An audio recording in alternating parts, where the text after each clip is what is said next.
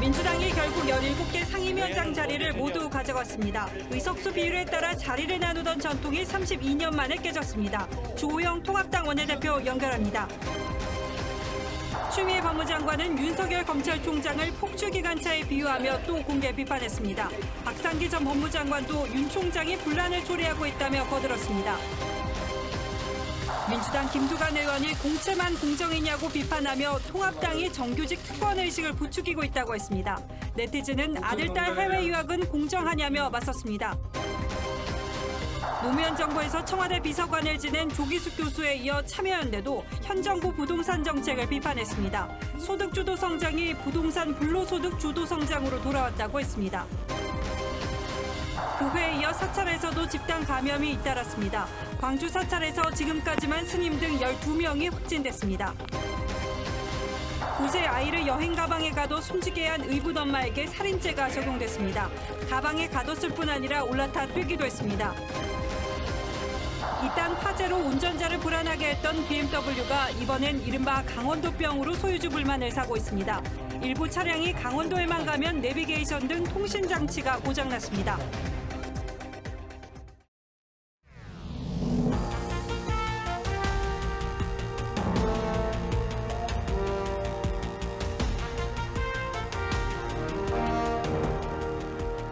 여러분 안녕하십니까? 뉴스9의 신동욱입니다. 여야 원구성 협상이 완전히 깨지면서 여당인 민주당이 17개 상임위원장을 독식하는 사태가 벌어졌습니다. 이런 일은 1987년 12대 국회 이후 32년 만의 일입니다. 이로써 21대 국회는 시작과 함께 협치가 완전 실종되는 사태가 벌어졌고 상임위에서 그리고 본회의에서 건건히 여야가 충돌할 가능성이 커졌습니다. 오늘은 먼저 이 문제를 집중적으로 짚어드리고 잠시 뒤에는 주호영 통합당 원내대표를 직접 연결해서 통합당의 입장도 들어보겠습니다. 홍현주 기자가 긴박했던 오늘 국회 상황부터 전하겠습니다. 의장과 여야 모두 국민과 역사에 두려운 심판을 받겠습니다. 민주당이 단독 본회의를 열고 야당 몫을 포함한 11개 상임위원장을 선출했습니다. 이로써 의장단 합의가 필요한 정보위원장을 제외한 17개 상임위원장이 모두 여당 의원으로 채워졌습니다. 현 정부 장관 출신인 도종환, 이계호, 진선미 의원도 정부 부처를 견제해야 하는 상임위원장을 맡았습니다. 어젯밤 여야가 절충점을 찾았다는 얘기도 나왔지만 결국 법사위원장 문제를 넘지 못하고 협상은 최종 결렬됐습니다. 21대 국회, 일하는 국회를 자초시키고 민생의 어려움을 초래한 모든 책임은 미래통합당에 있습니다. 통합당은 정권 몰락의 길로 기록될 것이라며 반발했습니다. 오늘로서 대한민국 국회는 사실상 없어졌고 일당 독재, 의회 독재가 시작된 참으로 참담하고 무거운 상임위에 다시 강제 배정된 소속 의원 103명 전원은 사임기를 제출했습니다. 범여권인 정의당도 상임위원장 독식에 반발하며 투표에 참여하지 않았습니다. 1987년 민주화 이후 국회는 의석수 비율에 따라 상임위원장을 배분해왔습니다. 특정 정당이 상임위원장 전석을 차지하는 건 1988년 12대 국회가 마지막으로 32년 만에 처음입니다. TV조선 홍현주입니다. 민주당은 상임위원장을 선출하고 곧바로 단독으로 모든 상임위를 열어서 추경 심사에 들어갔습니다. 추경뿐 아니라 공수처 후속 법안, 야당의 반대에 막혔던 각종 쟁점 법안들도 마음만 먹는다면 이제는 일사천리로 처리가 가능해졌습니다. 앞으로 국회는 어떻게 운영될지 조정민 기자가 전망하겠습니다. 상임위원장 선출 직후 시정연설에 나선 정세균 총리는 3차 추경의 조속한 처리를 강조했습니다. 이러한 대책들이 실효성을 발휘하기 위해서는 재정이 적기에 뒷받침되어야 합니다. 민주당도 기다렸다는 듯 예결위와 정보위를 제외한 16개 상임위에서 추경 심사에 돌입했습니다. 추경안의 조속한 처리를 위해 그리고 일하는 국회를 만들겠다는 국민 여러분께 드린 약속을 지키기 위해 다음 달 15일 공수처를 출범시키기 위한 후속 입법도 서두를 것으로 보입니다. 이해찬 대표는 법을 개정해서라도 신속하게 공수처를 출범시키겠다고 했습니다. 통합당은 4시간 가까운 마라톤 의총을 갖고 대여 투쟁을 예고했지만 여당이 상임위원장을 모두 가져가면서 마땅한 견제 수단은 없는 상황입니다. 다수라고 그래서 마음대로 자기네들 뜻대로 해야 되겠다고 하는 이러한 억지를 쓰는 이상 우리가 이 소수가 거기에 어떻게 대항할 방법이 없는 것 같습니다. 대북전단 금지법과 과거사 관련법 등 야당이 반대해온 각종 쟁점 법안도 여당 뜻대로 통과될 가능성이 높아졌습니다. 강력한 입법권을 쥐게 된 민주당은 각종 쟁점 법안을 속도감 있게 처리하겠다는 구상입니다. 하지만 사실상 야당의 견제를 무력화시키면서 국정운영 성과에 대한 무한 책임을 떠안게 된 건 부담이 될 전망입니다. TV조선 조정른입니다. 자, 이제 이렇게 되면 극단적인 전국 경색을 피하기 어렵게 됐습니다. 야당의 역할도 더 중요해졌습니다. 주호영 미래통합당 원내대표를 연결해서 앞으로 어떻게 할 건지 직접 좀 물어보죠. 자, 주 원내대표님 나와 계시죠? 예, 안녕하셨습니까? 주호영입니다. 예, 어제까지만 해도 의견이 좀 좁혀지는 분위기가 있다고 저도 들었는데 협상이 이렇게 갑자기 완전 결렬로 돌아서게 된 이유는 뭡니까? 의견이 좁혀졌던 것이 아니고요.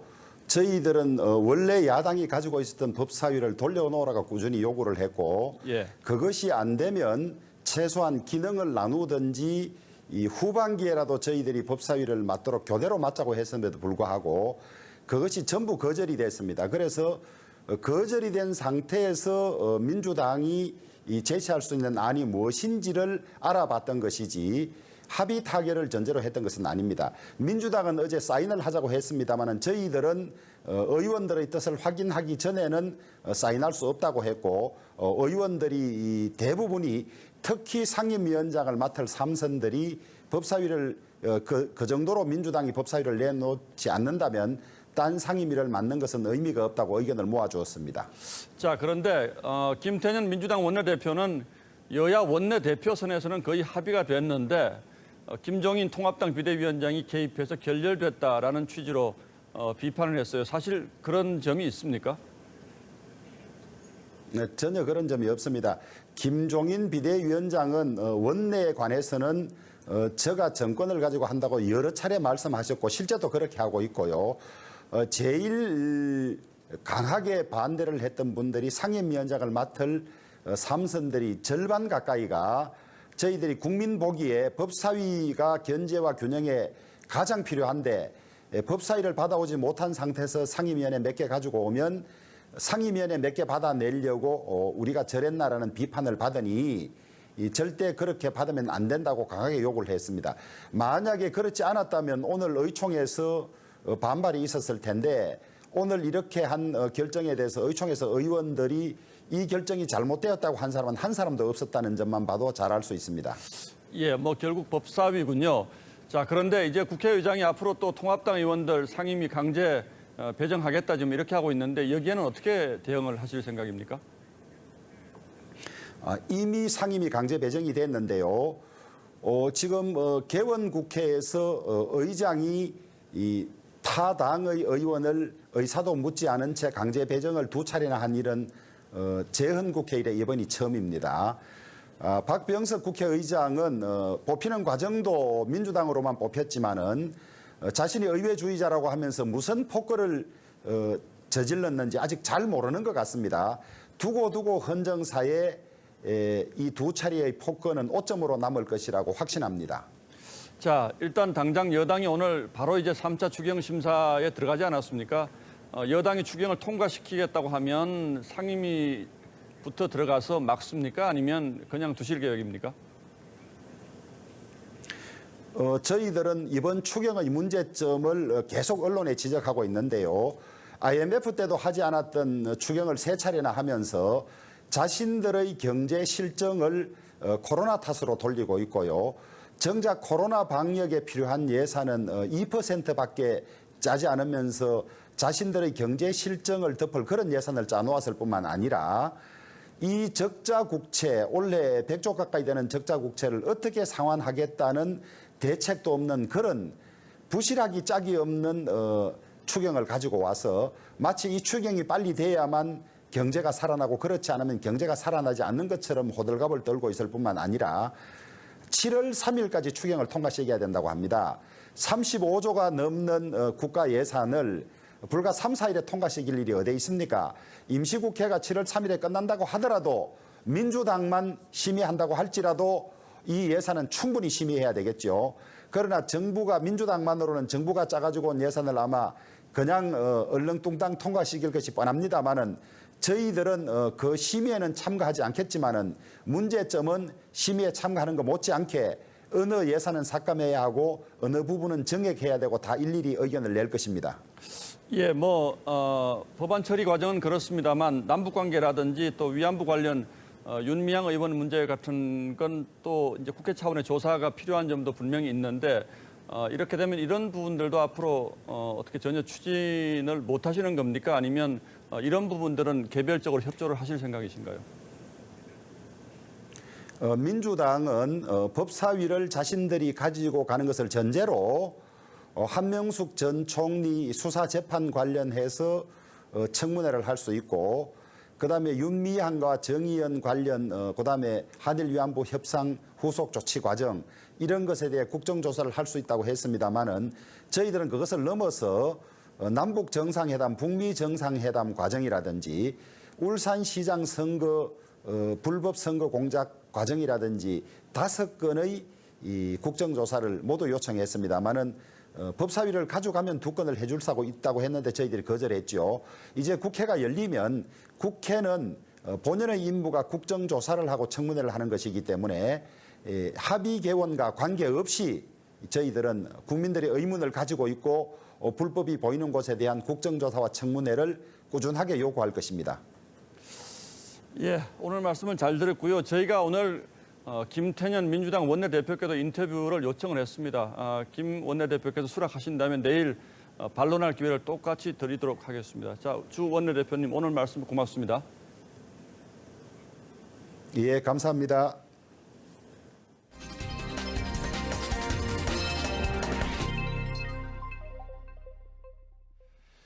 여권 일각의 우려에도 불구하고 추미애 법무장관은 윤석열 검찰총장에 대한 공격을 오늘도 멈추지 않았습니다.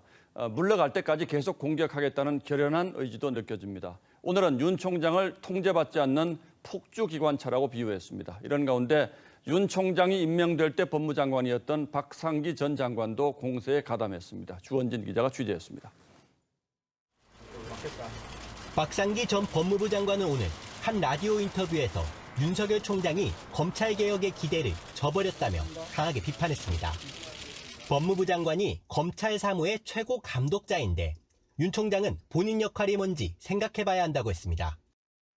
박 전 장관은 지난해 6월 문재인 대통령에게 윤석열 검찰총장 임명을 제청했던 사람입니다. 지휘자로서의 역할에 충실해야지 너무 직접 나서서 그런 것을 지시하고 하는 것은 오히려 분란을 초래할 수 있다. 추미애 법무부 장관은 오늘도 검찰개혁을 전면에 세우면서 윤 총장 비판에 집중했습니다. 추 장관은 SNS에 올린 글에서 윤 총장을 통제받지 않는 폭주기관차에 비유하면서 검사 출신이 아닌 문민장관 지위를 무력화시켰다고 했습니다. 구체적인 지시불이행 사례도 있다고 주장했습니다. 코로나19 확산 시기 적극적인 압수수색을 지시했는데 듣지 않았다는 겁니다. 이에 대해 대검 관계자는 신천지 압수수색 시기 문제는 방역에 지장을 준다는 방역당국의 요청을 받고 법무부와도 협의한 사안이라고 설명했습니다. TV조선 주원진입니다. 윤석열 총장의 최측근인 한동훈 검사장이 관련됐다는 의혹이 있는 이른바 검언 유착 의혹 사건도 검찰 수사심의위원회의 판단을 받게 됐습니다. 이 사건은 대검 수사자문단도 이미 들여다보고 있었기 때문에 각각 어떤 결론을 내릴지 그리고 그 결론에 따라서 윤석열 총장이 어떤 선택을 할지에 따라서 큰 논란이 예상됩니다. 이어서 김태훈 기자입니다. 서울중앙지검은 오늘 오전 10시부터 2시간 반 동안 검찰심의위원회를 열고 이른바 검언 유착 의혹 사건을 수사심의위에 회부하기로 결정했습니다. 일반 시민 15명으로 구성된 심의위는 신청인 이철 전 VIK 대표 측과 수사팀이 준비한 30쪽의 의견서를 읽은 뒤 과반 의견으로 수사심의위 소집이 필요하다고 판단했습니다. 수사심의위는 전문가 250명 중에서 추첨으로 15명으로 뽑은 뒤 과반의 판단에 따라 채널A 기자와 한동훈 검사장의 기소 여부를 검찰에 권고하게 됩니다. 이번 사건은 대검 전문 수사자문단도 별도로 들여다봅니다. 앞서 윤석열 총장은 대검과 수사팀의 의견이 갈리자 전문가 의견을 들어보자면서 자문단 소집을 결정했습니다. 두 기구의 결정은 해당 규정상 권고의 성격을 갖습니다. 두 기구가 같은 결론을 낸다면 최종 결정자인 윤석열 총장이나 수사팀 모두 부담이 줄어들 수 있습니다. 하지만 의견이 갈리면 기소 범위와 기소 여부를 두고 논란이 확대될 수도 있습니다. TV조선 김태훈입니다. 지난주 검찰수사심의위원회가 이재용 삼성전자 부회장을 재판에 넘기지 말고 수사를 중단하라고 권고했는데 검찰은 이 권고를 수용하지 않는 쪽으로 사실상 내부 결론을 내린 것으로 알려졌습니다.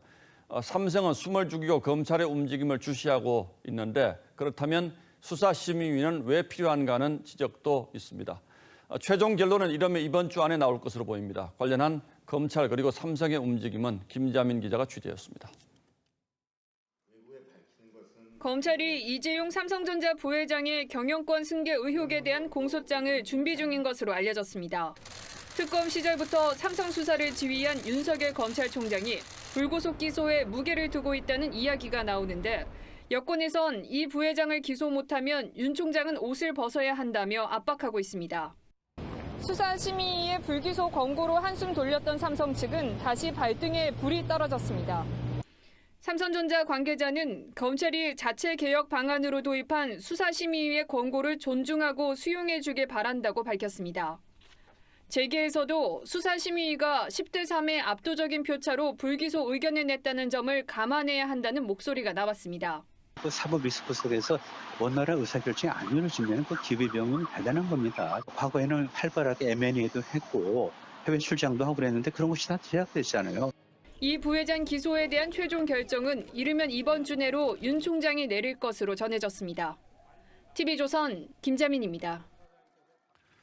인천국제공항공사 정규직 전환 사태, 이른바 인국공 사태를 계기고 우리 사회가 정의란 무엇인가, 또 공정은 무엇인가 다시 고민에 빠졌습니다. 관련해서 민주당 김두관 의원의 주장도 연일 논란이 되고 있습니다. 김 의원은 오늘 자신의 SNS에 야당이 정규직의 특권의식을 부추긴다며 비판했습니다. 하지만 누리꾼들은 김 의원 자녀가 외국 유학을 다녀온 사실을 지적하며 이것이야말로 내로남불 아니냐며 김 의원을 되레 비판했습니다. 노도일 기자가 보도합니다.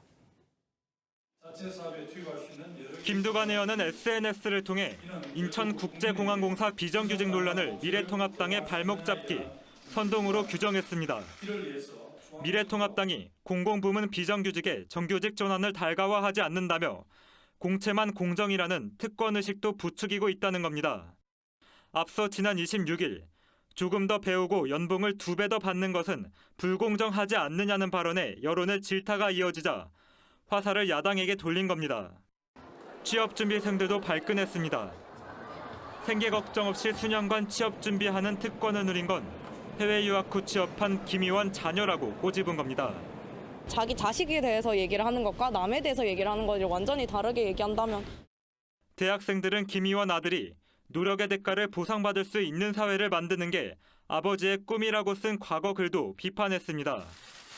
네티즌 가운데는 투표에서 표를 조금 더 받았다고 구급비서 연봉보다 4.5배 더 받는 것은 불공평하지 않느냐는 비판도 제기됐습니다. TV조선 노도일입니다. 국회에서는 이번 사태 관련한 토론회가 열렸는데 취업 준비생들이 여럿 참가했습니다. 이들은 이번 논란이 기회평등과 공정한 과정의 문제였다고 일제히 성토했습니다. 김정우 기자가 취재했습니다.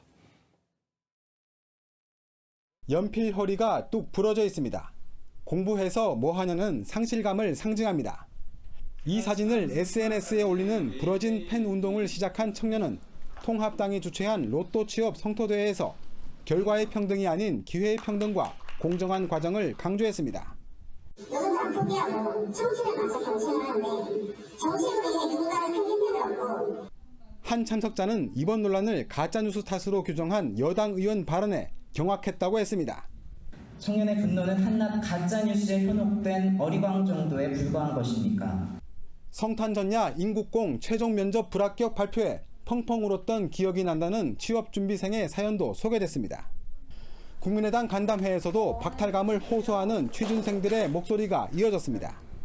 많은 친구들과 선배들이 분노하고 있는 걸 느꼈습니다. 다 똑같이 공부를 하고 똑같이 배움을 하는데 왜 결과는 이렇게 다르게 나올까? 여당 소속인 이원욱 의원도 가짜뉴스 탓은 본질을 잘못 본 것이라며 공평과 공정의 문제라고 지적했습니다. 통합당은 개정 중인 정강 정책에 기회와 공정이란 키워드를 전면 배치하는 방안을 추진하기로 했습니다. TV조선 김정우입니다. 얼마 전 한 시민이 문재인 대통령을 비판하는 대자보를 붙였다가 유죄 판결을 받은 데 항의해 한 보수 성향 청년 단체가 전국 400여 대학 캠퍼스에 대자보 5천여 장을 붙였습니다. 어떤 내용의 대자보인지 윤서하 기자가 직접 가서 취재했습니다. 서울의 한 대학 캠퍼스. 1980년대 민주화 운동의 상징과도 같은 김지아의 시 타는 목마름으로라는 제목의 대자보가 붙어 있습니다. 80년대 학생운동을 주도하다 해체된 전대협 이름을 본딴 보수 성향 청년 단체가 풍자 비판에 나선 겁니다. 이 단체는 지난 23일 대전지법 천안지원이 문재인 대통령 비판 대자보를 붙인 20대에게 건조물 침입죄를 적용해 유죄를 선고하자 권위주의 정권 때도 없던 탄압이라며 비판했습니다. 신전대협 측은 군사정권 시절에도 대자보 유죄 판결은 없었다는 내용의 대자보를 전국 420개 대학교에 5,000장 붙였습니다. 이들은 민주주의를 말하던 자들이 집권하자 누구보다 민주주의를 탄압한다는 주장을 펼쳤습니다. 대한민국이 어떤 나라인데 비판도 한마디 못한 나라가 돼버리냐. 정의당도 대자보 유죄 판결 직후 민주주의 국가에서 표현의 자유는 가장 기본적으로 보장되어야 한다며 유감을 표시한 바 있습니다. 벌금형을 선고받은 대자보 논란 당사자는 오늘 항소했습니다. TV조선 윤서아입니다. 9살 아이를 여행 가방에 가둬 숨지게 한 의붓 엄마에게 살인죄가 적용됐습니다. 아이를 가방에 가뒀을 뿐 아니라 올라타 뛰기도 한 것으로 파악됐습니다. 김다로 기자입니다. 41살 A씨는 지난 1일 의붓 아들 9살 B군을 여행 가방에 가뒀습니다. B군은 7시간 뒤 심정지 상태에 빠졌고 이틀 뒤에 숨졌습니다. 경찰은 A씨의 고의성을 찾지 못한 채 지난 10일 아동학대 치사 등의 혐의로 검찰에 송치했습니다. 그런데 검찰 추가 조사 결과 새로운 학대 사실이 드러났습니다. 검찰은 A씨가 가방에 갇힌 아이가 숨쉬기 어렵다고 호소를 했지만 가혹 행위를 계속했고 가방에 올라가 뛰기도 했다고 밝혔습니다. 검찰은 또 아이의 반응이 줄었는데도 40분 정도 방치해 살인의 고의성이 있다고 판단했습니다. 검찰은 외부 전문가의 자문을 거쳤고 검찰시민위원회 심의 결과 만장일치로 살인죄 적용 의견이 나왔다고 밝혔습니다. 의료진은 B군의 사망 원인으로 다발성 장기 부전을 꼽았습니다. 교통사고나 추락 등 강한 외부 충격을 받았을 때 생기는 증상입니다. 검찰은 오늘 A씨에게 살인과 상습 아동학대 등의 혐의를 적용해 재판에 넘겼습니다. TV조선 김다로입니다. 제주에서 들깨떼의 습격으로 송아지들이 목숨을 잃는 일이 벌어졌습니다. 이 들깨무리는 생후 석 달 된 송아지들이 지내는 우리만 골라 공격했는데 들깨 대부분은 유기견이었습니다. 이진석 기자입니다. 제주 한림읍의 한 농장. 들깨 5마리가 축사를 살피더니 어린 송아지가 있는 우리를 골라 공격합니다. 생후 석 달 된 송아지들은 속수무책입니다. 들깨떼의 공격은 밤 11시부터 새벽 5시까지 이어졌고 결국 송아지 4마리가 목숨을 잃었습니다. 처참한 모습을 보면서 너무 마음이 아팠어요. 진짜 이건 그 고통받으면서 죽어가는 걸 보니까 말로 표현을 못할 정도로. 이 마을에서 들깨떼의 습격은 처음이 아닙니다. 마을 주민들은 얼마 전 근처 염소 농장도 공격당했다고 전했습니다. 포획틀을 설치했지만 소용이 없었습니다. 주민들은 맹수처럼 가축을 사냥하는 들깨떼의 공격에 불안감을 호소합니다. 물어뜯는 순간 제가 가가지고 막으려고 하니까 걔가 이제 자기도 이제 위험 나니까 예, 문을 이렇게 닫으려고 하니까 사람 앞에 뛰어들어요, 개가. 올 들어 제주 지역의 들깨떼 습격 피해는 닭 66마리와 송아지 6마리에 이릅니다. TV조선 이진석입니다. 서울, 안양 등 수도권 교외에서 감염이 계속되고 있는데 광주 사찰에서도 집단 감염이 벌어졌습니다. 지금까지만 스님 등 12명이 확진됐습니다. 최근 법회에는 전국에서 온 신도 30여 명이 참석한 것으로 파악되기도 했는데요. 먼저 종교시설발 코로나 사태 오선열 기자가 보도합니다. 광주광역시 무등산 자락에 있는 한 사찰입니다. 지난 사흘 동안 이곳에서 코로나19 확진자 12명이 잇따라 나오면서 폐쇄됐습니다.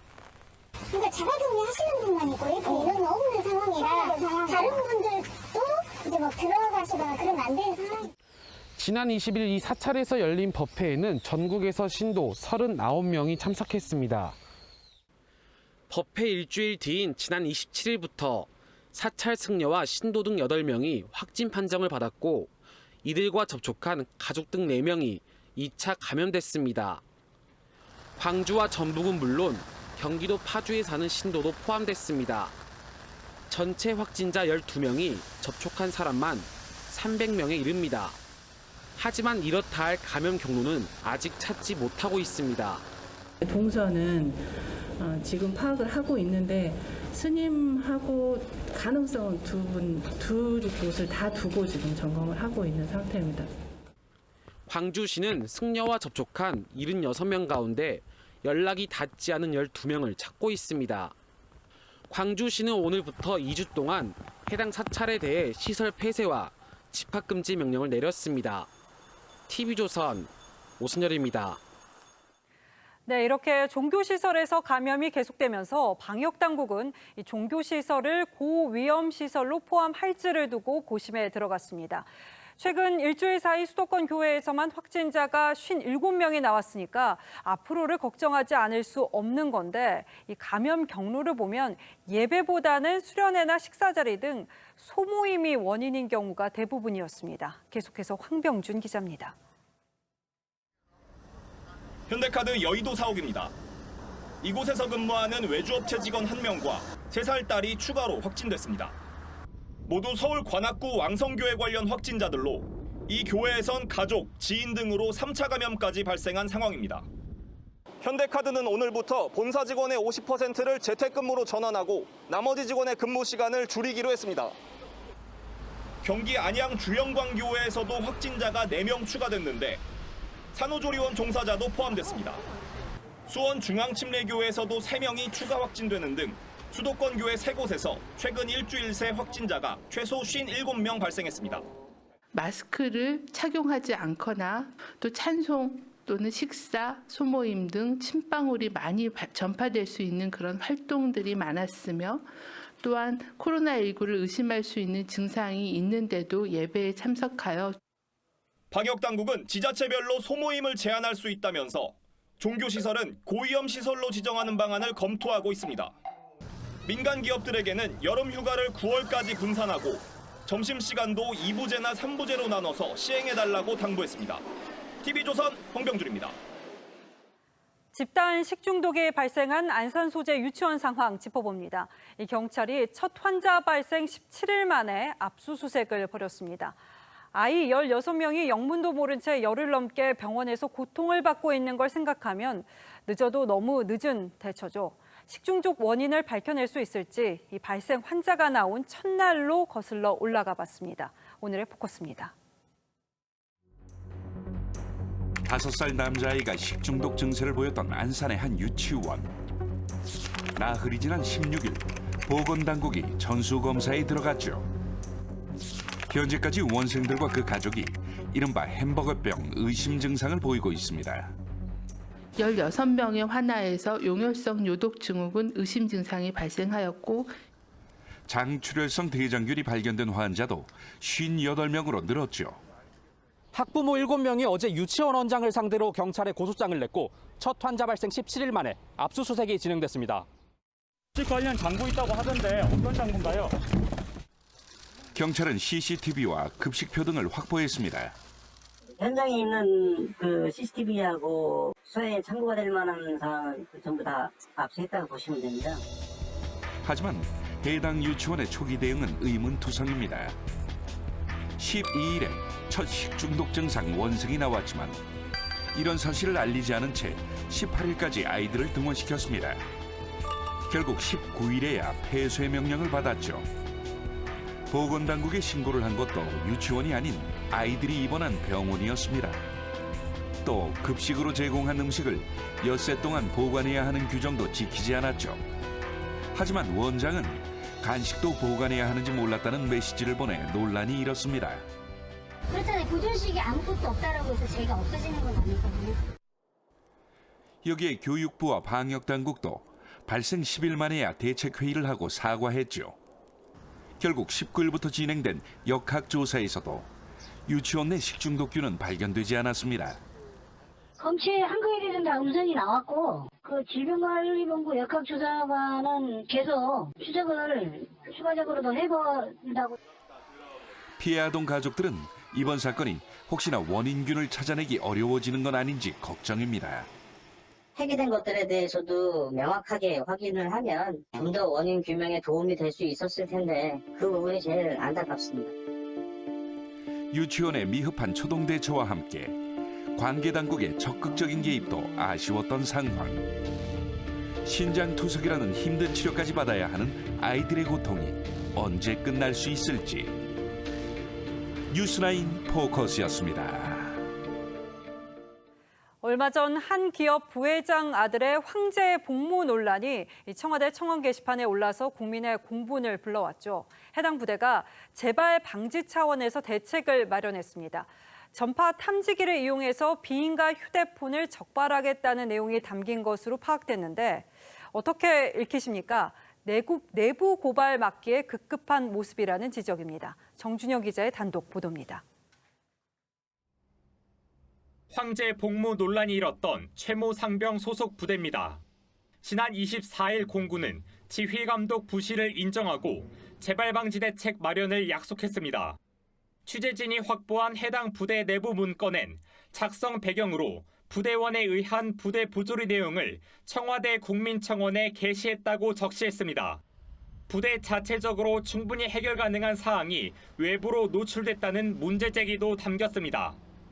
외부 진료를 핑계로 특별 외출하는 등 문제가 된 황제 복무 논란에 대한 개선보다 부대 내 부조리의 외부 유출을 우선 꼽은 겁니다. 병영 생활 지도와 관련된 구체적 점검 사항이 담긴 첨부 문서엔 전파 탐지기를 이용해 비인가 휴대폰 소지 여부를 수시 또는 불시에 확인해야 한다고 돼 있습니다. 좀 과하죠. 좀 어떤 양식이든 좀 많이 나오는 것 같아요. 법조계에선 인권 침해 소지를 지적하는 목소리도 나옵니다. 본질적인 문제 개선 의지 없이 국민의 권익 보호나 공정한 사회 풍토를 정착하자는 시대적 요구에 역행하는 것으로. 공군 측은 해당 부대에서 작성한 문건이 맞다면서도 다만 전파 탐지기로 비인가 휴대폰을 적발한다는 내용은 포함돼 있지 않다고 해명했습니다. TV조선 정준영입니다. 예, 다음 뉴스입니다. 현 정부의 부동산 정책은 사실상 실패했다. 진보 성향 시민단체인 참여연대가 문재인 정부 부동산 정책 3년에 대해서 낙제점을 매겼습니다.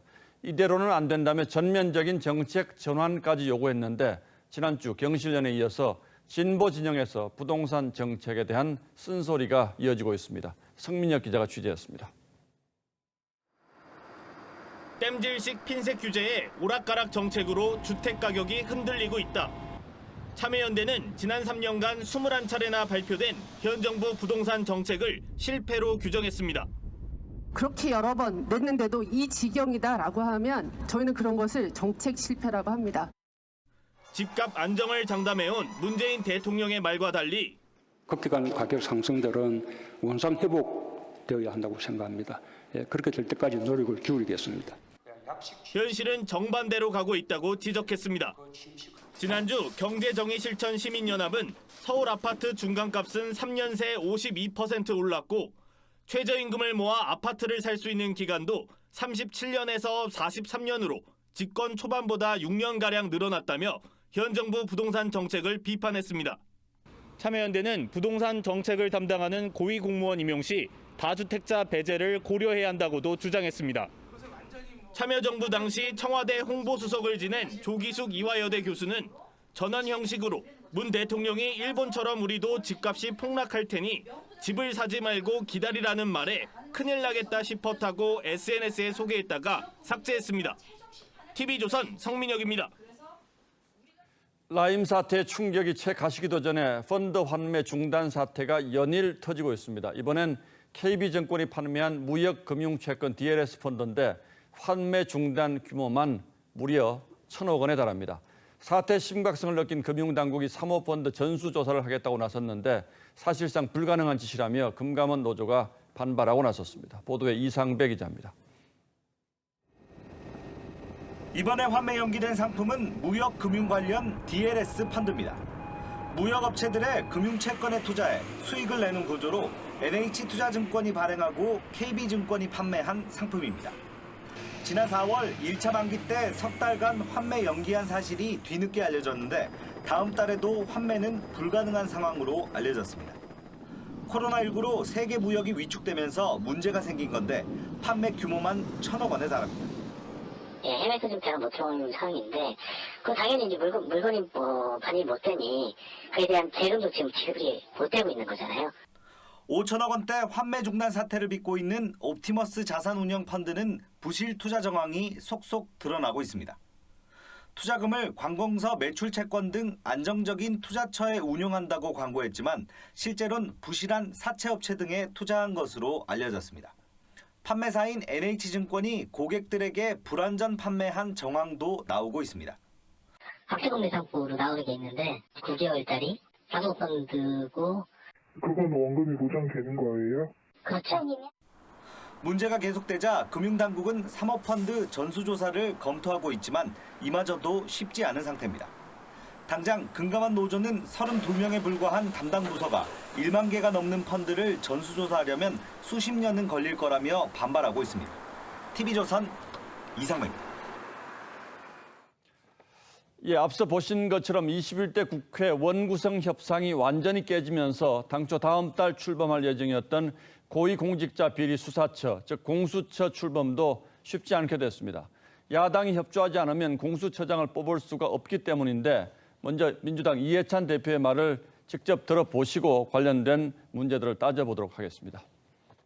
통합당이 공수처 출범을 방해한다면 민주당은 공수처법 개정을 포함한 특단의 대책을 마련해서라도 반드시 신속하게 공수처를 출범. 자, 윤설기 기자. 네. 이해찬 대표는 공수처법 개정을 포함한 특단의 대책이라는 표현을 쓰는데 이게 무슨 문제가 있어서 이런 겁니까? 네, 공수처장 후보 추천위는 이 법무장관 등 당연직 3명과 여당 추천 2명, 야당 교섭단체 추천 2명으로 구성해야 되는데 야당 교섭단체인 통합당이 협조를 하지 않으면 추천위원회를 아예 구성을 할 수가 없습니다. 그래서 이 대표가 언급한 법 개정이 이 추천위를 규정한 공수처법 6조의 개정 여부 아니겠냐는 관측도 나옵니다. 예를 들어서 야당 교섭단체 추천 2명을 포함하게 한 현행 조항을 바꾸면 추천위 구성에 새길이 열리겠죠.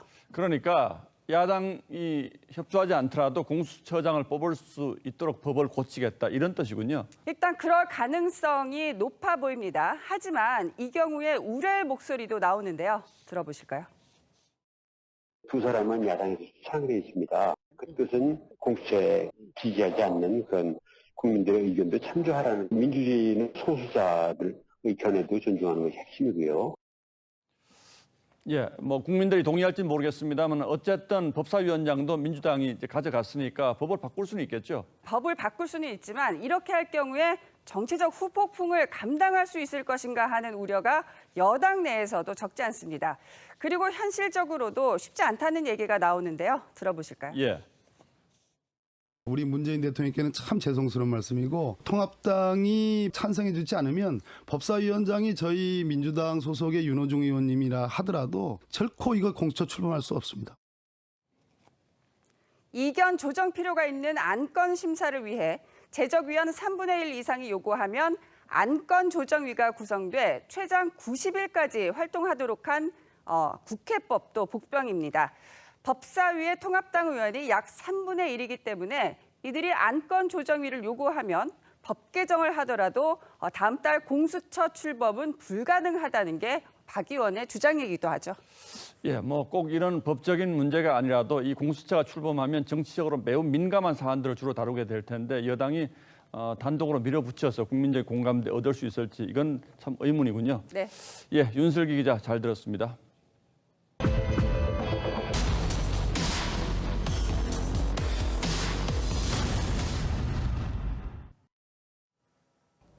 안타깝지만 이 기능은 현재 사용할 수 없습니다. 네, 이딴 화재로 운전자를 불안하게 했던 BMW가 이번에는 이른바 강원도병으로 소유주의 불만을 사고 있습니다. 일부 차량이 강원도에만 가면 내비게이션 등 통신장치가 고장이 나서 위험천만한 순간에 놓이는 건데요. 어찌된 일인지 소비자 탐사대 황민재 기자가 알아봤습니다.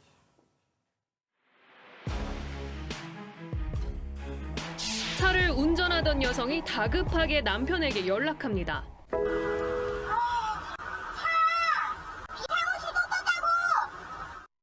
올해 출고한 BMW 신차인데 최근 강원도를 다녀온 뒤 내비게이션이 고장났습니다. 소위 BMW 강원도병에 걸린 건데 2020년형 BMW 일부가 강원도에 가면 GPS 등 차량 기능이 오작동해 차주들이 피해를 호소합니다. 내비게이션과 통신 기능이 아예 작동 않거나 안녕 BMW. 안타깝지만 이 기능은 현재 사용할 수 없습니다. 시행되더라도 엉뚱한 곳을 가리키고 이게 어디예요? 길을 바다 아니에요? 바다잖아. 어디 뭐 강으로 갔어 지금 잠수하네 이거. 계기판이 기능을 못하기도 합니다. 저기 화면이 꽂히면 기어다닐 수밖에 없어요. 그러니까 제가 몇 킬로를 모르고 그냥 가요. 이런 오작동은 자칫 사고로 이어질 수 있는데 일명 강원도병에 걸렸다는 차량인데요. 현재 내비게이션도 저희가 춘천시에 있지만 알 수 없는 위치에 떠 있고 이 계기판에도 비상호출 시스템을 사용할 수 없다는 경고 문구가 떠 있습니다. 출근길에 갑자기 가다가 낭떠러지를 안내해줬어요. 더군다나 밤이에요. BMW 측은 일부 신차 통신 부품과 국내 통신망 호환성에 문제가 있어 생기는 현상이라며 소프트웨어만 업데이트하면 해결된다는 입장입니다. 하지만 수리받은 뒤에도 문제가 재발한 경우가 있는데 지금 2번 받았어요. 그리고 또 3번째 고장이 나 있는 상태고요. BMW 측은 7월에 신규 업데이트 계획 중이고 대리점도 별 문제 없다는 듯 판매합니다. 디스플레이 문제가 있다고 본 것 같아서 강원도 가면. 그래서 뭐 차량이 결함은 아니고요. 요즘은 그 전에 이제 업데이트로 미연에 방지할 수 있습니다. 네. 강원도병을 호소하는 차주는 200명이 넘는 상황. 좋아했고 그래서 사게 됐는데 엄청 후회하고 있어요.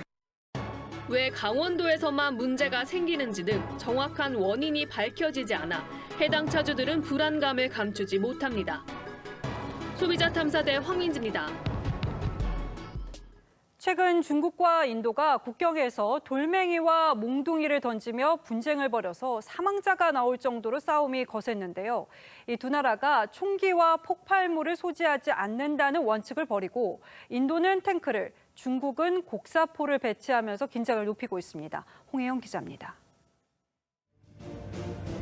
무게가 가벼워 산악 지형에서도 이동이 쉬운 최신형 곡사포입니다. 중국군은 최근 인도와의 고원 접경지대에 이 곡사포를 배치했습니다.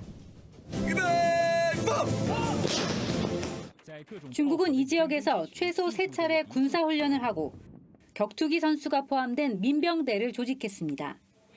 인도는 T-90 전차를 배치하고 항공정찰을 강화했습니다. 총기 사용을 금지한 교전 규칙도 개정하기로 했습니다. 2주 전 두 나라 군인들의 난투극 이후 갈등이 고조되자 충돌을 막자고 말로는 합의했지만 내부적으로는 무기를 배치한 겁니다. 위성 사진을 보면 한 달 전과 달리 가란 골짜기에 새로운 장벽과 시설물들이 들어선 걸 볼 수 있습니다. 두 나라는 서로 합의를 무시했다며 책임을 돌리고 있습니다. 印度边防部队越线进入中国领土构攻设障，阻拦中国边防部队正常巡逻。At the heart of the matter is that since early May, the Chinese side had been amassing a large contingent of troops and armaments along the LAC. 주먹과 몽둥이로 촉발된 두 나라의 군사 긴장이 포격 수준으로 올라갈 거라는 우려가 나옵니다. TV조선 홍혜영입니다. K-팝 대표 주자 BTS와 블랙핑크가 우리 전통 악기와 한복을 K-팝에 접목시켰습니다. 해외 팬의 반응은 어떨까요? 이루라 기자입니다. 유튜브 사상 최단 시간 내 1억 뷰를 돌파하며 K-팝의 역사를 새로 쓰고 있는 블랙핑크. 지난 주말 미국 토크쇼를 통해 신곡을 공개했는데 의상이 눈에 띕니다. 전통 한복 문양과 고름을 차용한 옷으로 강렬한 인상을 남겼습니다. Is it some type of like hanbok? But like make it. 앞서 이달 초에 공개된 방탄소년단 멤버 슈가의 신곡 대치타. 슈가는 국악의 단순 차용을 넘어 정제국 명인의 1984년 버전 대치타를 직접 선택할 정도로 열의를 보였습니다. 해외 팬들은 음원을 제공한 국립음악원의 해당 영상을 직접 찾으며 폭발적인 반응을 보였습니다. 이번 대치타 같은 경우는 전면에 제목과 국악의 원곡의 많은 부분을 좀 소개해주는 차원이 있어서 오히려 사람들이 대치타에 대한 궁금증도 더 많아지고 전통 문화를 대중문화 안으로 들여오는 시도는 과거에도 있었지만 최근 K-팝에 드러난 시도는 우리 문화에 대한 자신감의 표현이라는 평입니다.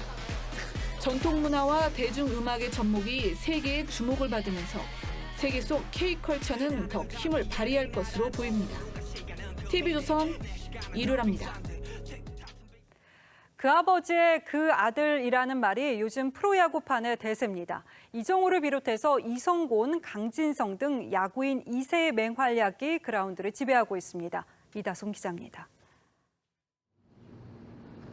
0대0의 팽팽한 균형을 깬 이성곤의 프로 데뷔 첫 홈런.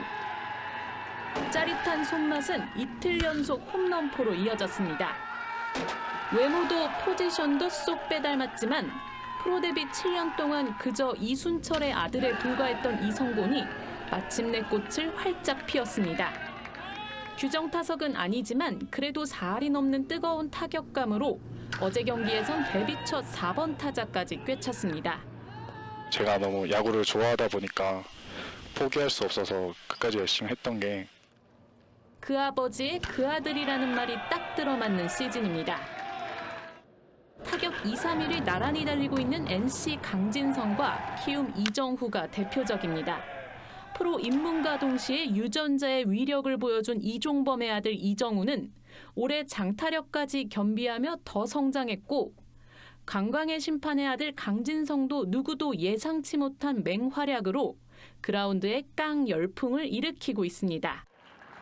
유승환 전 경찰청 감독의 두 아들 KT 유원상, 기아 유민상도 팀 내 주전으로 형제 맞대결을 펼치며 볼거리를 선사하고 있습니다. 시속 157km를 던져 올해 드래프트 때 전체 1순위 지명이 확실시되는 고교 최대어 덕수고 장재영은 장정석 전 키움 감독의 아들입니다. TV조선 이다솜입니다.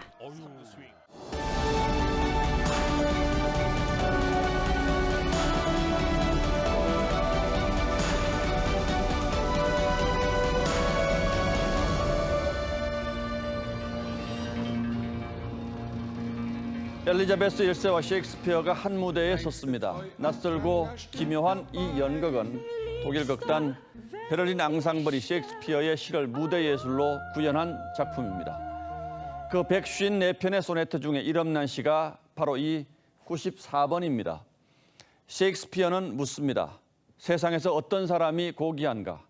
남을 해칠 힘이 있지만 해치지 않고 남을 감동시키면서도 스스로 돌처럼 견고한 사람이라고 말합니다. 하지만 여름꽃의 달콤한 향기도 행실에 따라서 시큼해지기에 썩은 백합은 잡초보다 냄새가 고약하다고 했죠. 꽃의 향기가 있듯 사람에게는 품격이 있습니다. 입구자가 3개 모여서 품자를 만들듯 입에서 나오는 말이 쌓여 품격을 이룹니다. 말은 마음이 내는 소리입니다. 저의 지시를 절반을 잘라 먹었죠. 새삼 지휘랍시고 해가지고 법 기술을 부리고 있다 하는. 추미애 법무장관이 윤석열 검찰총장을 향해서 쏟아낸 말입니다. 저작거리에서나 들을 법한 모욕적인 언사가 설마 나라의 장관 입에서 나왔을까 귀를 의심하게 됩니다. 대통령이 법무부와 검찰의 협력을 당부한 지 이틀 만이었습니다. 추 장관은 이렇게 말 안 듣는 검찰총장은 처음 본다고도 했습니다. 마치 전제 군주처럼 말이죠. 검찰총장은 정부 외청의 수장 중에 유일하게 장관급이죠. 검찰총장은 법무장관 집무실에 가지 않고 장관이 주재하는 행사에도 대검 차장을 보내는 게 관례입니다. 검찰총장의 위세가 그렇게 대단해서가 아니라 장관에게 휘둘려 일 처리를 망치는 것을 막기 위해 생겨난 관행일 겁니다. 그런데도 추 장관은 검찰총장이 검찰 출신이 아닌 자신을 무시해서 전혀 말을 듣지 않는다고 주장하고 있습니다. 그리고 여기에 검찰 개혁을 갖다 붙입니다.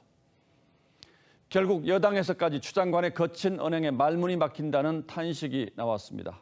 한 여당 의원은 30년 법조 생활에서 한 번도 경험하지 못한 광경이어서 임명권자에게도 부담이 될까 걱정스럽다고 했습니다. 추 장관은 본질은 검찰 개혁인데 언론이 자신의 말만 가지고 시비를 건다고 억울해하고 있습니다. 검찰 개혁 반드시 필요합니다. 하지만 이렇게 해서 개혁이 될지 개악이 될지 참으로 걱정스럽습니다. 추 장관은 검찰이 정치를 하고 있다고 비난합니다만 자신의 거친 언사야말로 지지자들을 결집시키기 위한 정치적 행동은 아닌지 돌아볼 필요가 있습니다. 꽃처럼 사람도 향기가 있는 법입니다. 99에 떠난 노 시인의 꽃 이야기 한번 들어보실까요? 사람아, 입이 꽃처럼 고와라. 그래야 말도 꽃처럼 하리라. 6월 29일 앵커의 시선은 인간에 대한 예의였습니다.